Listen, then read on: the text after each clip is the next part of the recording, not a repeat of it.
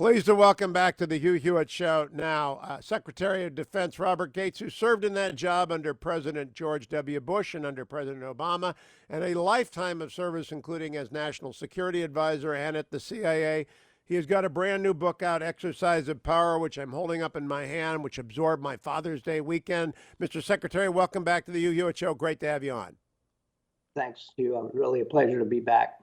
Now, you began your career out of William and Mary at the Central Intelligence Agency. I began my career a decade later with Richard Nixon in his exile in San Clemente as a ghostwriter. We were both working on China. The end of this book, Exercise of Power, is all about China. It hasn't turned out how any of us expected, has it, Mr. Secretary? Well, Hugh, I make the point in the book, in the China chapter, that the first 20 years of the relationship really was quite geostrategic. There really wasn't a significant economic component to it. For Nixon and Kissinger, it was all about the relationship with Russia and how do you use China against Russia, and better to have a warm relationship with China to be able to exploit. And then the same was true with even Carter. And I was involved at the end of the Carter administration in implementing the deal between President Carter and Deng Xiaoping to build American intelligence radars in Western China to spy on Soviet missile tests. So through about 1980 or so, it really was a geostrategic relationship where each saw it in its mutual advantage. Then with the advent of Deng Xiaoping's reforms and China's slow but accelerating growth, the economic component of the relationship really began to get underway in the 1980s and culminated early in the Clinton administration when we helped China get into the World Trade Organization. And then the economic relationship and China's economy both just exploded. So it really, the last half of the 40 years or so of the relationship have been when it's been dominated by the economy. And I would just make two additional points. I think particularly during the economic growth phase of this, from let's say in the 80s until until current time, the belief has been that a richer China would be a freer China. That was a mistaken assumption. And then the second thing that we didn't anticipate was that a richer China would become a more assertive China. So that's kind of, I think, how the relationship evolved. And it's only been in the last 3 or 4 years that the U.S. has begun to challenge those assumptions that proved wrong. Now, Mr. Secretary, for people they can see how heavily annotated the book is. And one line is underscored, such high hopes. This was a bipartisan decision to buy into the China idea. Have both parties come to the recognition, in your view, and you are respected on both sides? I think you're the last man in America who actually has the respect of both party elites. Do both parties understand, in your view now, that the CCP is not our friend and they're not going to be our friend for a very long time? I think so, Hugh. I think it's probably about the only thing you can point to these days where there's any kind of bipartisan agreement, and they're going to kind of have, I think that the two presidential candidates are going to have kind of dueling campaigns this fall about who's tougher on China.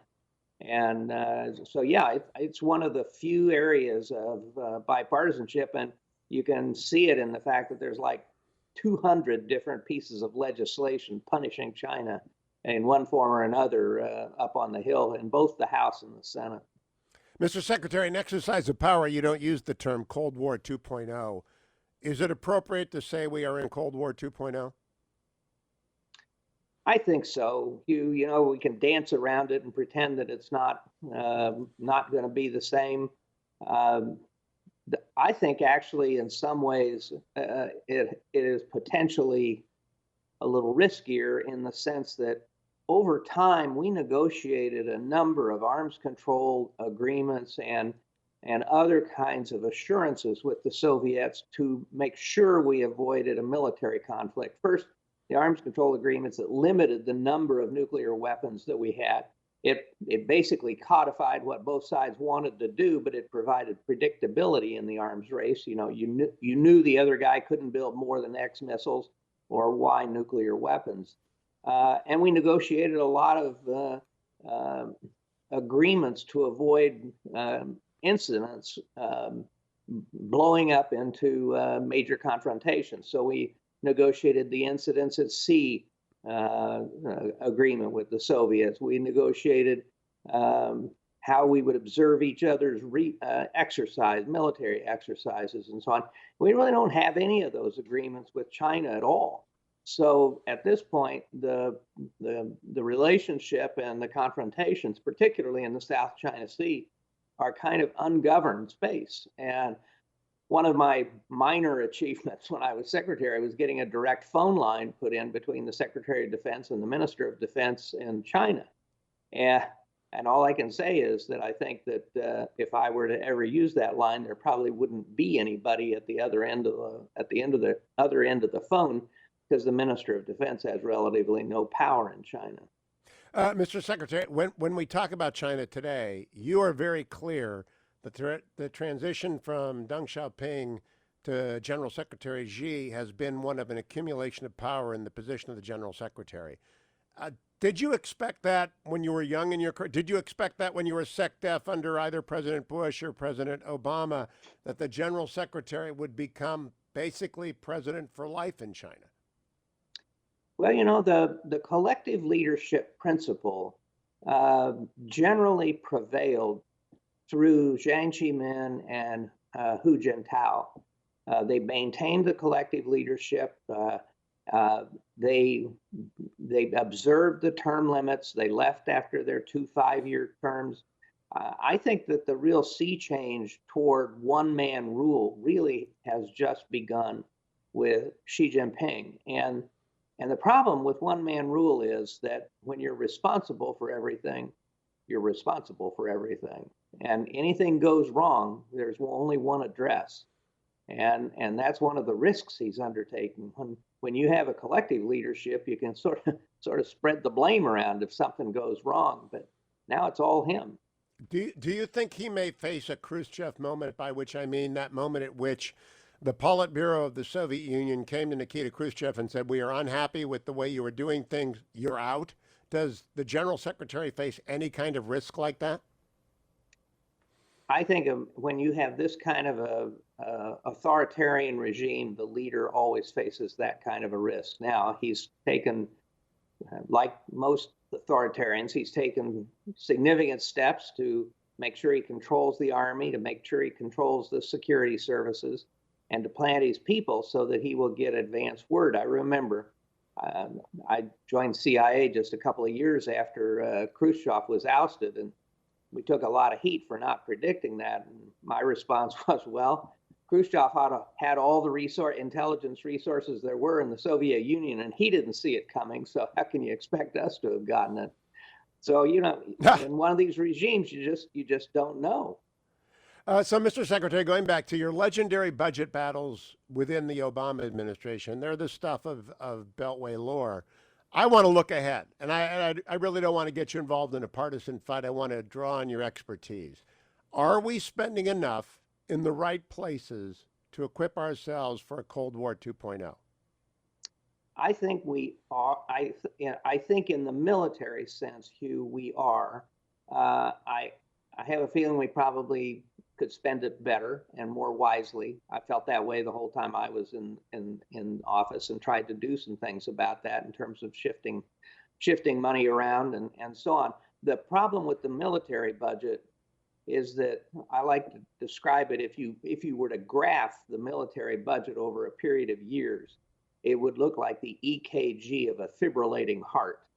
The problem is the lack of sustainability. They'll have a couple of fat years and then a couple of lean years. And if they could just count on getting, say, 4% or even 3% real growth over inflation, but over a sustained period of time, 10 years or something like that, you could really make a lot of efficiencies in the department and save a lot of money, because when you get a lot of money, if you know the next year is going to be lean, then you spend it as fast as you can. And that's just flat not efficient. And you could stretch out production schedules and so on.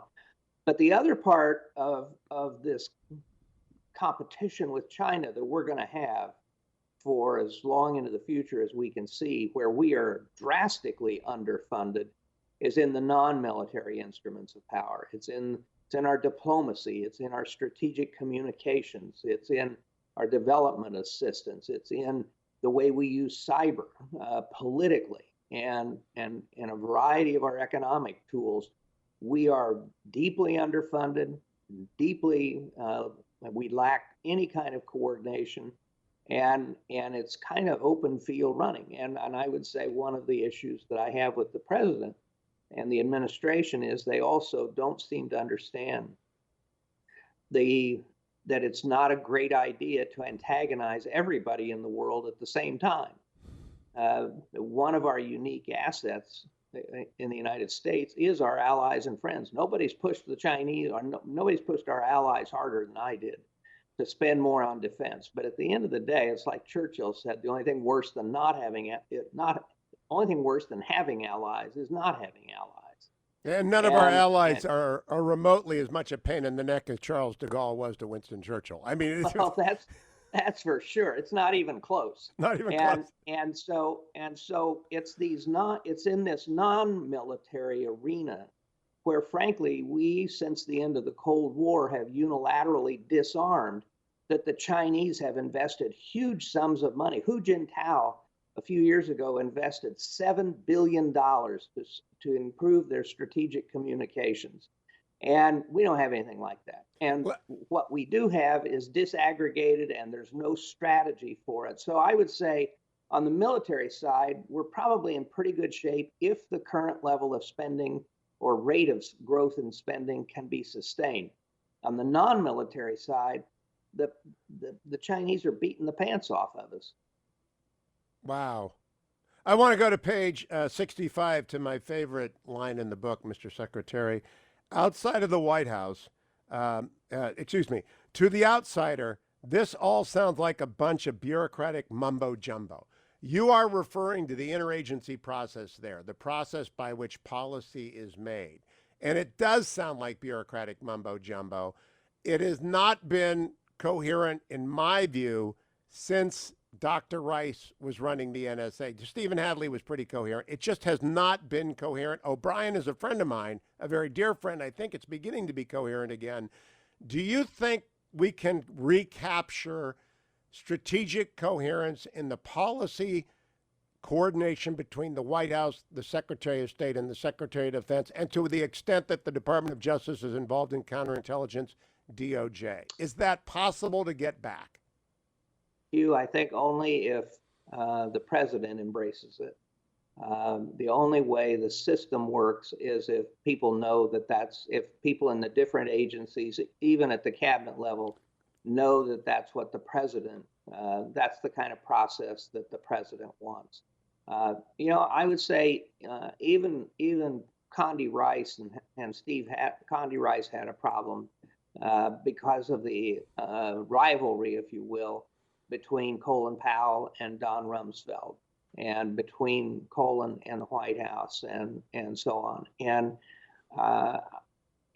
to tell you the truth, I think the model for when it ran the best was under Bush 41, because he had an extraordinary process, and he had a team like Jim Baker and Brent Scowcroft and Dick Cheney over at State, and there was a real cohesive spirit of teamwork there.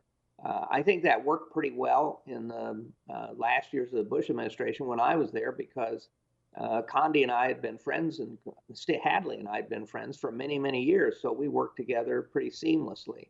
And the same thing, really, in some ways, for the first couple of years of the Obama administration. But if you have as I say in the book, for most of my career, the Secretary of State and the Secretary of Defense weren't even on speaking terms, and that makes it pretty tough for the interagency process to work. You know, I recently wrote for the Post that back in the days when I was a young staffer in the White House, Secretary, then Chief of Staff James Baker, National Security Advisor Clark, and Secretary of Defense Weinberger had the relationship that Gates and Condi and Hadley had. What is it that is so hard to get about that mix? Because that's actually the secret sauce. If you can get those three people, the Chief of Staff, the National Security Advisor, the Secretary of State, the Secretary of Defense going, with the Secretary of State involved, you've got actually the team in place. Why is that so hard to do? Well, I think a couple of things. First of all, in all of those cases, those people had all known each other and worked together for a number of years in earlier administrations. I mean, I first met Brent Scowcroft in the Ford administration, actually in the last days of the Nixon administration when I was on the NSC. So we had known each other for ages. The second was that these people were all experienced. They had considerable experience in government. And in each case, you had a president who was willing and insisted on having a coherent decision-making process. I remember one of my favorite anecdotes when I was chairing the Deputies Committee, which kind of ran the interagency process under President Bush, first President Bush. There was a big debate in the Situation Room about what the president wanted. And I just kind of pushed my chair back and I said, well, I'll just go ask him.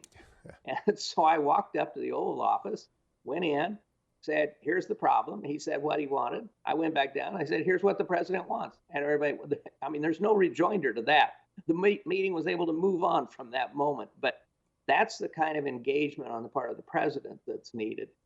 And I guess a final thought I'd say is in government, as well as kind of anything, in my view, consensus is the enemy. And one of the things that the presidents that I worked for tried to avoid actually was consensus. They wanted disparate points of view because they wanted to be making the decisions. They didn't want solutions coming to them fully baked by the bureaucracy so that they didn't have any choices about what to do. Mr. Secretary, I'm kind of a connoisseur of memoirs. I may be the only one who read, and I joked with Secretary Kerry, the only one that read every page of Secretary Kerry's memoir. And we had a great conversation about it. But I don't care if it's Republican or Democrat. I read them because that's how you figure out what happened. What you have said that from your memoir that was the most controversial thing is that Vice President Biden, former Vice President Biden, hadn't been right on any major foreign policy issue in 40 years. Do you worry about a Biden administration and that fundamental inability to grasp great power competition infecting that West Wing? Yeah, I stand by that statement. I will say, Hugh, it related mainly to things that had happened in the Cold War. Biden voted against every single arms program, I think, that Ronald Reagan put up on the Hill. He voted for the Iraq War and so on. So I do have those policy differences with him. I will say in the Obama administration, we did have a very deep disagreement on Afghanistan, and that was a big deal. But on issues like intervening in Libya and dumping Mubarak in Egypt, he and I actually were on the same side on those issues. So and the other thing I write about in the book that hasn't gotten much attention is that I also think that the vice president had some issues with the military, and I wrote in Duty about how he would warn the president that he was being boxed in, that the military was trying to take away his options and so on, and he'd kind of rail at the generals, and that bothered me some. So, there are puts and takes with any presidential candidate. He brings a decency and an integrity and so on to the race. But I did have these issues with him. Let me ask you about a far more deep question, Mr. Secretary, because it makes you look out 40 years, having spent 40 years doing this. I don't think the bench is very deep in either party. And I believe a lot younger people are a lot making much more significant decisions than was the case when I worked in the Reagan White House. In my late 20s, I was to be seen and not heard. Fred Fielding was my boss, and my opinions were not wanted. My research memos were wanted. Nowadays, we have 20 somethings and young 30 somethings making strategic decisions. What do you make of that change, and what does it augur for the future? I remember during the Clinton administration, somebody joking that it used to be that a job in the White House was the culmination of a career, not a first job. Uh, and that's kind of been true ever since. You know, one of the regrets that I had when I stepped down, when I retired as Secretary of Defense, and I made a couple of comments about it, was that I was the last senior national security advisor, or a national security figure, to have worked for presidents of both parties. And sort of a personalization of the bipartisan approach to national security policy. And now, and now, these younger people who are coming into these more senior jobs have only worked in the in the Republican channel or in the Democratic channel. They serve in government when there's a Democratic president, and then they go to a think tank or some such when there's a Republican president, and vice versa on the Republican side. So they actually don't get much experience working with people across the aisle. I mean, when I became Secretary of Defense, I'd had experience working with both Republicans in Congress probably for 30 years. And so part of the problem that we have in trying to foster bipartisan policies is that the people doing the staffing and creating the options and so on have grown up in their party cylinder, silo, and and have not had a lot of experience in the real world. Now, maybe in the think tank world, but in the real world, reaching across the aisle and figuring out how do you get the support of the other side for a particular policy. And there's that, and then, as you suggested at the outset, there's the lack of experience in many cases. Well, what I was doing so many years ago, and what I expect this book, Exercise of Power, to be under the arm of President Trump and Vice President Biden if they are campaigning strategically. When President Nixon wrote The Real War, that's the book that I worked with him on, Ronald Reagan carried it with him everywhere to send a message that he was aware of the great power competition that was underway and that he wasn't going to be fooled by anybody. I don't know that great power competition is understood very much outside of our professional military caste. Do you, Mr. Secretary? I don't even know if it's taught at the PhD level like you acquired before going into the CIA. It may be a dead letterbox when it comes to what people study these days. I think it's pretty rare to find those kinds of strategic programs in universities. Some have it. My alma mater, William and Mary, does some things along that way. But I think that the real gap, frankly, is in the lack of understanding that this competition with China, and that's really where the book kind of comes together Yes. at the end. Yeah. The competition with China will be like the Cold War with the Soviets in the respect that it will take place, if we're lucky, against the backdrop of huge arms buildups, but not a direct military confrontation. And therefore, the competition will actually be played out in non-military arenas. And it's those arenas where we have so weakened ourselves and where the Chinese have invested dramatically. And that's why I think that taking actions such as walking out of the World Health Organization is such a mistake, no matter what its faults. When you leave these organizations, the Chinese move right in behind you and take all those positions that you once occupied.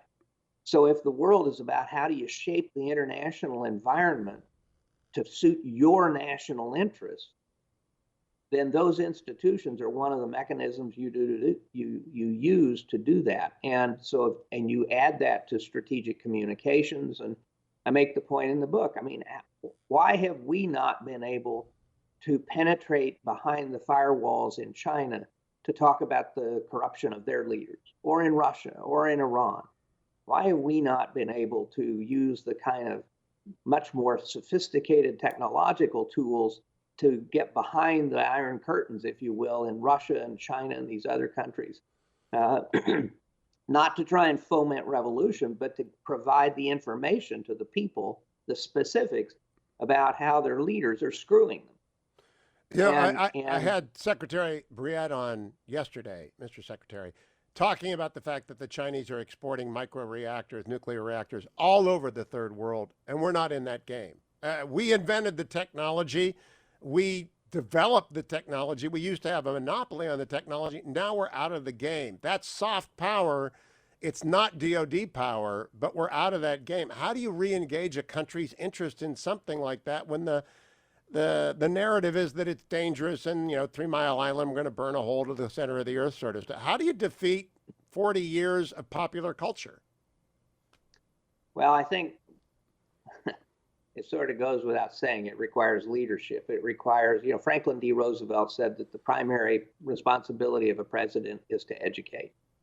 And I think it takes a president, but it also takes congressional leaders saying that we need these capabilities if we're going to keep the competition with China peaceful, and we're going to need to rebuild capabilities that were dismantled during the Clinton administration. USIA was dismantled in 1998. USAID was tucked under the State Department a year later. None of these organizations have received adequate funding and so on. And so it's going to take members of Congress and the president working together to educate the American people that this is really a pretty low-cost way to carry on what is, in fact, a global competition. That I think this is all of the battle between capitalism and communism, or between democracy and communism, I think is over. Communism is dead as a doornail. But authoritarianism has very, very deep roots in human history. And what we're seeing now is a reassertion of authoritarianism 30 years after the fall of the collapse of the Soviet Union. And so this battle is about democracy and human rights and political rights versus authoritarians, and they are exemplified by President Xi, to a lesser extent Putin. What makes China dangerous in the non-military arena is that they're smarter and they're a lot richer than the Russians, and they have created these non-military capabilities. Belt and Road is one example. I got it. There's a lot of problems with it and so on, but it's still $1 trillion commitment, and we have nothing comparable to it. The way they have created. One of the themes in Exercise of Power, and I began to try and run through my memory, has anyone ever served as head of the CIA, National Security Advisor, and Secretary of Defense? And the answer is no. I think the answer is no. And that means you were uniquely understanding in the breadth and depth of espionage directed at the United States. Attorney General Barr, and by the way, did you work with Attorney General Barr closely under H.W.? We overlapped for about a year, yeah. What's your estimate of the man? Because I admire him, I esteem him quite a lot. Well, I haven't. The only time I've seen Bill since the end of the first Bush administration was at Bush 41's funeral, and I worked with him when I was director of Central Intelligence under Bush 41, and we had a very strong relationship. And he said an extraordinary thing on the Sunday show. I want to play for you cut number 6. He had been talking about Huawei being a backdoor into our communication system, but then he issued this sort of blanket warning about CCP espionage that I'd like the audience to hear. Cut number 6, friends. Well, you know what? We're not speaking German today because the American business in the past didn't think that way. They stood with the United States. And all the privileges and the benefits and the stability and the rule of law and the ability to profit as they do, both as companies and individuals, comes from the strength of this country. So should it be a law that if you are working under a grant, a United States grant at a university, you're not allowed to take money from the Chinese Communist Party? We are clearly cracking down on researchers and others that are sent over here to get involved in our key technological programs. And by the way, this is not just weapon systems. This is agriculture. This is medicine. This is robotics. This is artificial intelligence and so forth. It's the whole gamut of important technologies going forward. So are they seeking out people like the chairman of the chemistry department at Harvard to try to get those people to work with them? Are they seeking people out? The Chinese efforts run the gamut from more traditional espionage of recruiting people to work for them explicitly to cultivating relationships that they're then able to use. And the people frequently are not completely attuned to the fact that they are being used as essentially stooges for the Chinese. So now, Mr. Secretary, I had just read page 375 of The Exercise of Power. The Chinese have developed a digital Silk Road component to the broader Belt and Road Initiative, seeking to provide digital infrastructure for countries all over the world. You went on to explain this is not because they're generous-hearted capitalists. And what Bill Barr said figures into that. We are really in an intelligence struggle that dwarfs that which went on between the Soviets and the United States for 45 years. Well, one contrast is that beginning in 1949, we had a structure in NATO and that involved non-NATO countries that was focused on denying advanced technologies to the Soviet Union. It's called COCOM. And we worked very hard for a very long period for decades to prevent sensitive technologies that might help the Soviets either economically or militarily from getting into the Soviet Union. I would say this reached its high point actually toward the end of the Carter administration, and then really doubled down in the Reagan administration. And I believe that there's a good case to be made that these restrictions actually retarded the growth of the Soviet Union and economically and slowed their development of their weapon system. So, we really haven't paid any attention to this with respect to China or at any significant level. And only in the last 3 or 4 years have people kind of awakened to the reality of the magnitude of technology that they have stolen from our companies that do business in China or do business in the United States or elsewhere. And so the question is, how do you put limits on that technology? And I, as a former university president, I'm sympathetic with the freedom of academic research and so on. And you do have to draw some distinctions. Having foreign students, Chinese students in this country studying a number of things, and I would say medicine, agriculture are things where maybe there are places where we can cooperate, and where if we were working together on a coronavirus vaccine, we could move faster and so on. But when it comes to the new technologies of quantum computing, of artificial intelligence, kinds of things that are useful in weapons, we need to be a lot tougher. And I used to joke with Condi Rice that back in the first Bush administration that we were sending 21-year-olds to Soviet universities to study Pushkin, and they were sending 40-year-olds to MIT to study quantum physics. So they know that this is a lucrative opportunity at American universities and labs.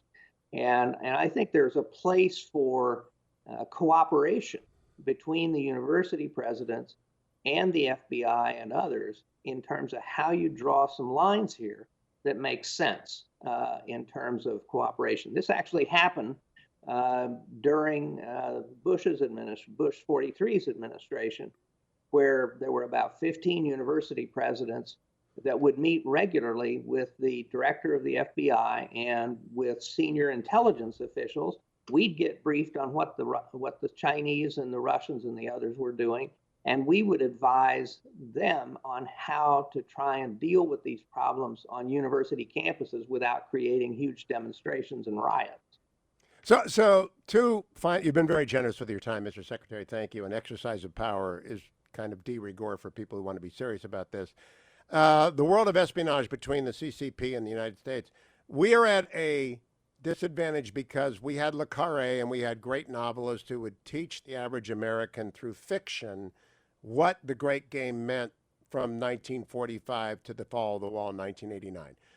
Even with experts like Danny Silva and other terrific writers, not many people understand the CCP. How do we make up that deficit? Because they just don't understand China. It's a different language. We don't have the same kind of capacity. We don't have the. I don't even think Silicon Valley gets what they're doing. Do you? No, I think that there's, the other piece of this has been, by the way, I read all those guys that you were talking about, including De Silva and so on.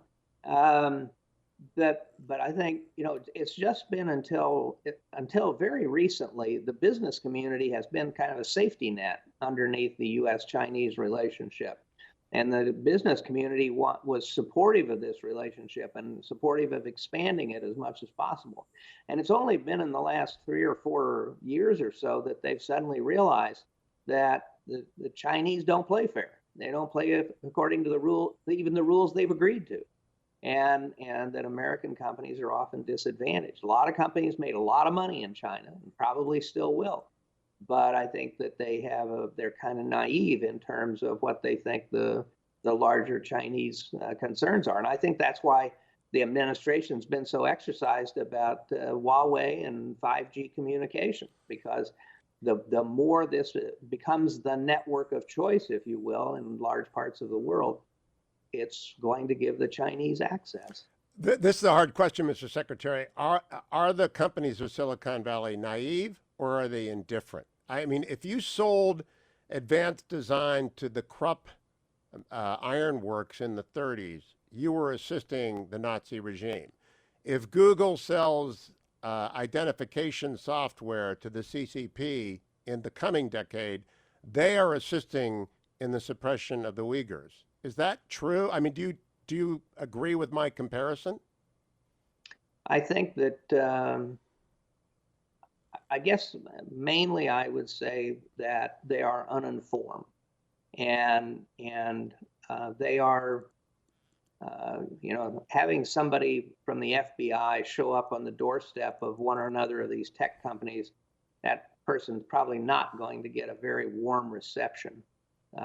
So they're not well informed about how aggressive the Chinese are in exploiting their discoveries, and as we have seen in some law enforcement cases, and they're not much interested in cooperating with the American government. One of the things that was helpful to us in the Cold War with Soviets was American business was totally supportive of what we were trying to do, and we had a lot of help from American business. Now, I grant you, there weren't exactly very many business opportunities in the Soviet Union, so there was no economic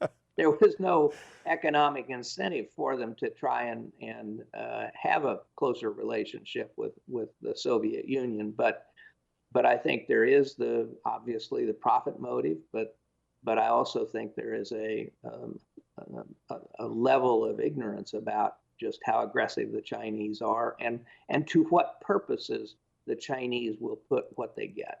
Now, everybody's entitled to their retirement, and I'm looking at your study, and I want to retire in that room with that fire. I think you've got this set up the right way. But my question is, did any of the big tech companies come to the only fellow who served as the SecDef for both presidents and say, come join our board, we need your knowledge? Are they aware of what they need on their boards? Well, one one came, but the condition was that I had to use social media, and I said that I would never do that.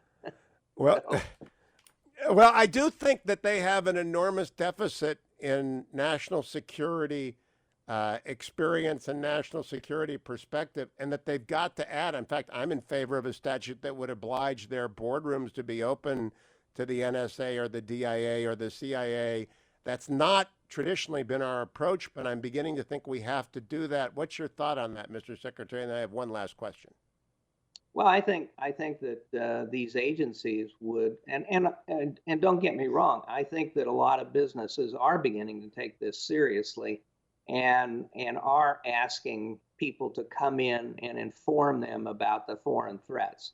And during the Cold War with the Soviets, when we discovered the Soviets were targeting a company with high technology, we would go in and inform the company of that, and either put a stop to it or work with the company to organize a sting against the Soviets. And I think some of that is going on, frankly, with the Chinese at this point. So I think it's many of the companies aren't quite sure where to turn.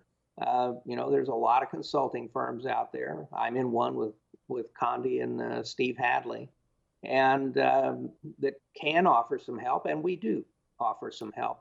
But I think there are a lot of, particularly the younger companies, I would say, that don't, and the smaller companies don't fully grasp the dangers. Now, my last question has to do with politics, and I've steered away from politics out of respect for your ability to walk and advise both sides.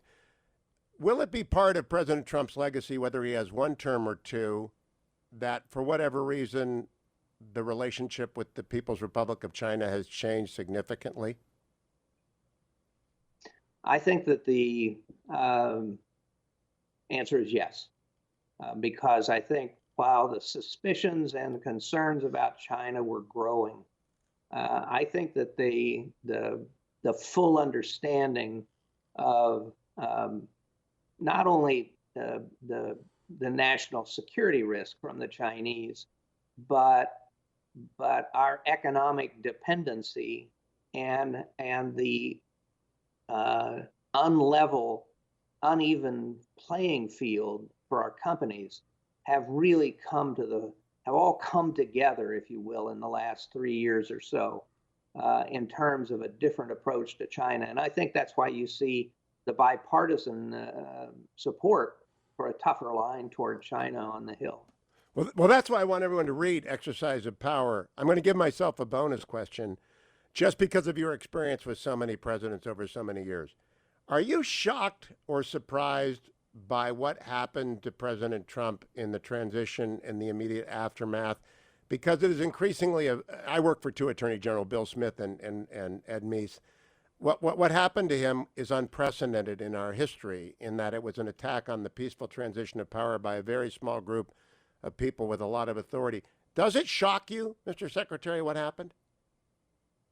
Well, Hugh, I follow some things closely and some not so much, and I'm frankly confused a little bit about what happened during 2006. One thing I'm not confused about: there is no doubt in my mind the Russians tried to interfere with our election, just Agreed. as they interfered with Brexit, and they interfered with the French election and the German election, and it was our election.